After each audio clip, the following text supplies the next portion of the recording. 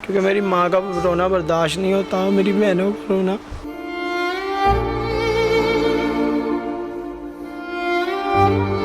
कोई सगों के साथ ऐसा नहीं करता। उन्होंने मेरा जवान भाई मारा, मेरा भाई मेरे हाथों में मर गया और मैं देखता रहा। तो उन्होंने भाई को मारना शुरू किया तो मैंने अपने भाई को बचाया। तो वो जब भाई को बचा रहा था तो उस दौरान काशिफ ने मेरी टांग पे गोली मारी। मेरे भाई ने मुझे खींचने की कोशिश की तो काशिफ ने उसके यहाँ दिमाग में गोली मारी।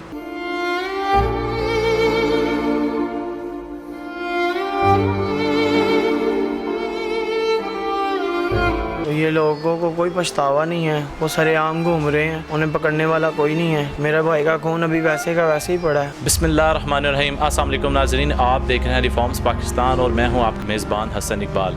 नाजरीन, आज आपके सामने बड़ी हौलनाक वाक़या मैं रखने जा रहा हूं। आज मैं मौजूद हूं लाहौर के इलाके सांदा में, जहां पे कुछ रोज़ कबल जदाद के तनाज़े पर आपस में लड़ाई हुई। मेरे साथ मौजूद हैं यहाँ पर सैयद शान अब्बास साहब, और ये यहाँ पर इस घर में मुकीम हैं जिसका तनाज़ा चल रहा है इनके चचा और ताया और इनकी फुफियों के बच्चों के साथ। तकरीबन ज़्यादातर ताया और इनके चचा वो हयात नहीं हैं, उनके बच्चों के साथ इनकी अनबन हुई और उसका नतीजा ये निकला कि इनके जो बड़े भाई हैं 32 साला सैयद हसन अब्बास साहब, उनको गोलियां मारी गई। उनके अपने कज़न ताया के बेटों ने, चचा के बेटों ने, वो सारे एक पूरा गैंग था जो कि यहाँ पे मिलकर आया था।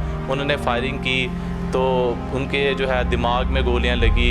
ये भी ज़ख्मी हैं, इनके भी 2 गोलियां लगी, एक 2 पाँव में लगी हैं और न जाने कहाँ पे ज़ख्मी हुए हैं ये। लेकिन जो इनका भाई है बड़ा 32 साला सैयद हसन अब्बास साहब, वो अब इस जहान फ़ानी से कोच कर चुके हैं। लेकिन मुकदमा दर्ज हुआ है, लेकिन अभी तक कोई गिरफ़्तारी नहीं हो सकी। तो जो इस पूरे वाक़या का मज़ीद पस मंज़र है कि ये इतनी नौबत क्यों आई आखिरकार, ऐसा क्या माजरा हुआ जो कि घर में बैठ के सॉर्ट आउट नहीं हो सका, ये किस तरह सारा हुआ, इनसे पूछते हैं। अस्सलाम वालेकुम। वालेकुम सलाम। कितनी गोलियां लगी आपको? 2 गोलियां लगी हैं, एक यहाँ पे और एक यहाँ पे। अच्छा, उस दिन मुझे बताएं वाक़या किस तरह पेश आया। आपने पहले आप जो बड़े हैं या आपने अपने कज़न्स वगैरह के साथ बैठ कर बात नहीं की ये जगह किसकी है और ये क्यों इतना मसला गंभीर हो गया आपका? अब्बू ने जगह ली थी तो ये भाई सारे इकट्ठे रहते थे, तो कुछ जगह ये साथ कब्ज़ा हो गई थी और हमारे पास ये 4 मरले जगह बची थी। तो हमने ये बड़ी देर से अम्मी लोग कोशिश कर रहे थे, लेकिन हमारा इतना सोर्सेज ना होने की वजह से ये घर नहीं बना। तो मेरी बीवी ने हमने मिलके हमने कुछ लोन लिया बैंक से। तो मैं नौकरी करता था हॉस्पिटल में, हमने ये बनाया घर। तो उन लोगों को बर्दाश्त नहीं हुआ, तो ये जो मेरा चाचू का बेटा है। अच्छा, मैं आपको यहाँ पर बताऊँ, आपके कितने चाचू हैं और कितने आपकी वो है फूफो?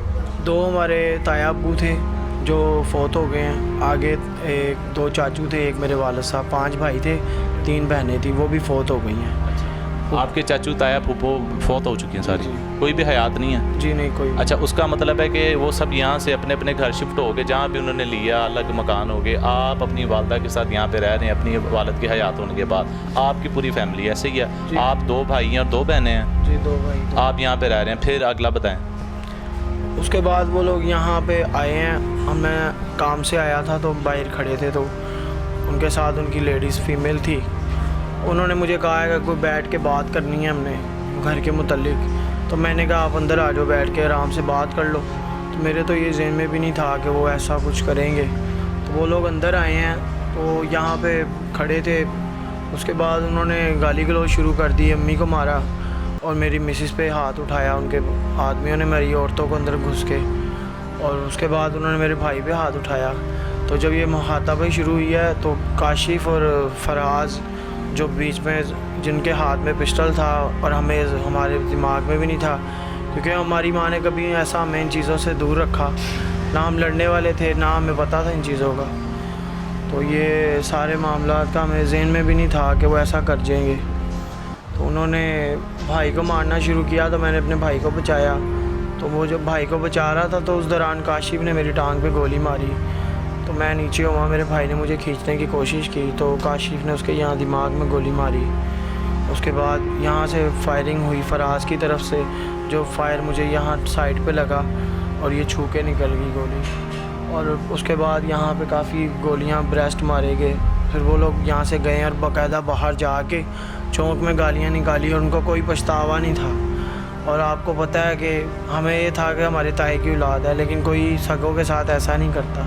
हमको घर चाहिए था, हम उन्हें घर दे देते, लेकिन उन्होंने मेरा जवान भाई मारा। मुझे बताएं आप यहाँ पे कितनी देर से एकदम उनको किस तरह पता चल गया कि उन्होंने आज ही जो है कब्ज़ा लेने आ गए या आपको जो है मारने आ गए आपके भाई को? वो क्या ऐसा एकदम यहाँ पे आया को पहले से भी आपका तनाज़ा चल रहा था? उनकी बातें हम तक आती थी, लेकिन हमें लगता था कि चलो अभी बात इतनी बढ़ेगी नहीं, क्योंकि हमारे जहन में यही था कि वो बैठेंगे शायद बात कर लेंगे।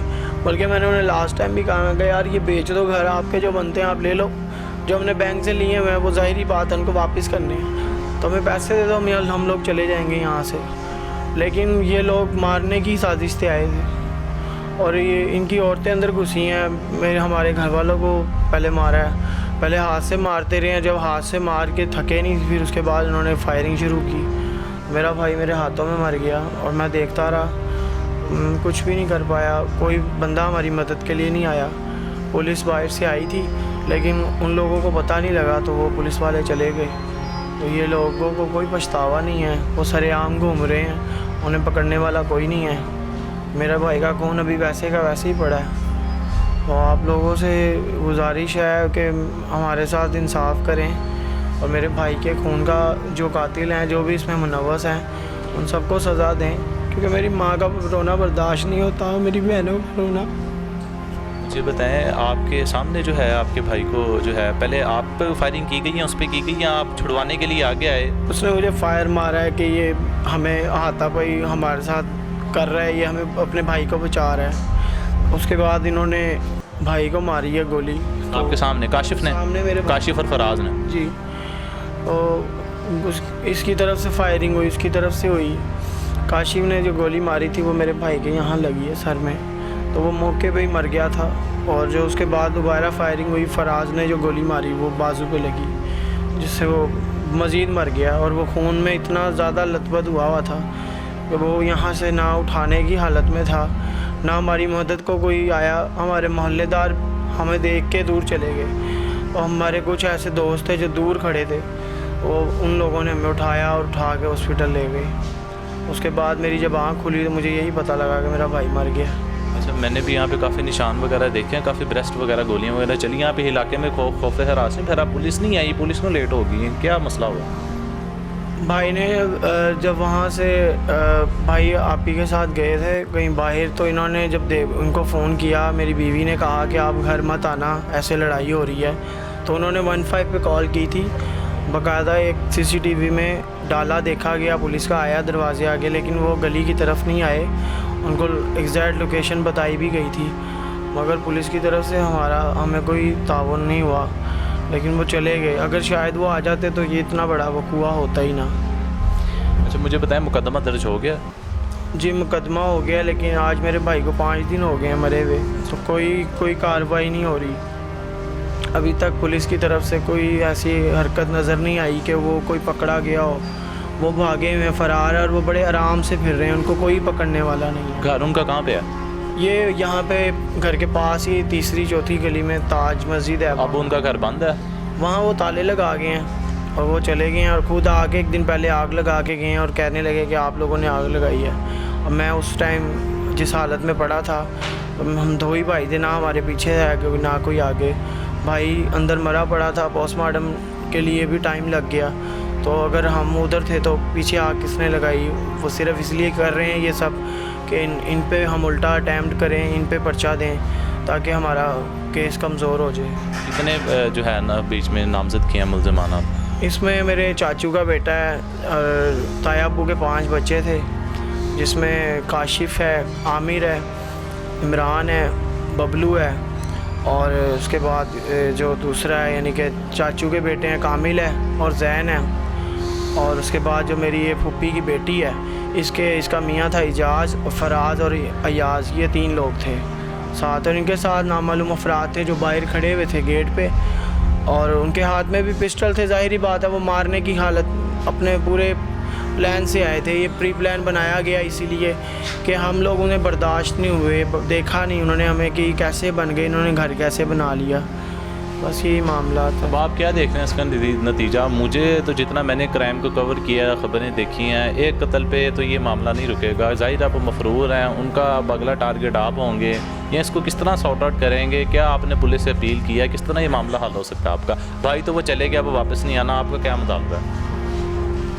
ज़ाहिरी बात है, आपको पता है इस केस के बयानात और मतई मैं खुद हूँ अपने भाई के कत्ल का, तो मैं इसलिए किसी पे यकीन भी नहीं कर सकता कि अगर मैं किसी के हाथ ये और कर देता तो केस शायद इसको बंद कर दिया जाता।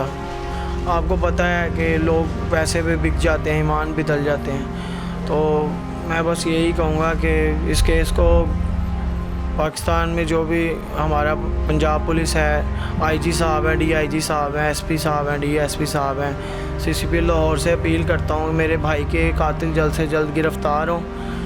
अब जो भी मामला हैं कि मेरी माँ का जो सहारा छीन गए हैं, हमारे घर का जो सहारा था, वो उसकी शादी भी नहीं की, वो कवारा चला गया दुनिया से। तो इन ज़ालिमों के ख़िलाफ़ सख्त से सख्त कार्रवाई की जाए, हमारी अपील है गवर्नमेंट से। मेरी शहबाज शरीफ साहब से अपील है कि इनके ख़िलाफ़ सख्त से सख्त कार्रवाई की जाए।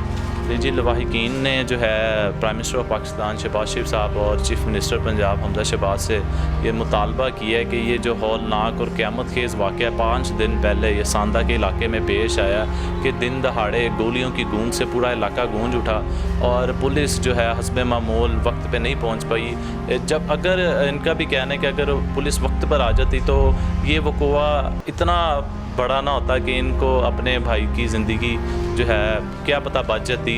तो इनकी अपील है कि तमाम हुकाम बाला से कि वो इनको इंसाफ दिलाएं और इनकी जो है हिफाजत इनकी फैमिली की यकीनी बनाएं। इसी के साथ अगले वीडियो तक के लिए इजाज़त दें। अल्लाह हाफ़िज़।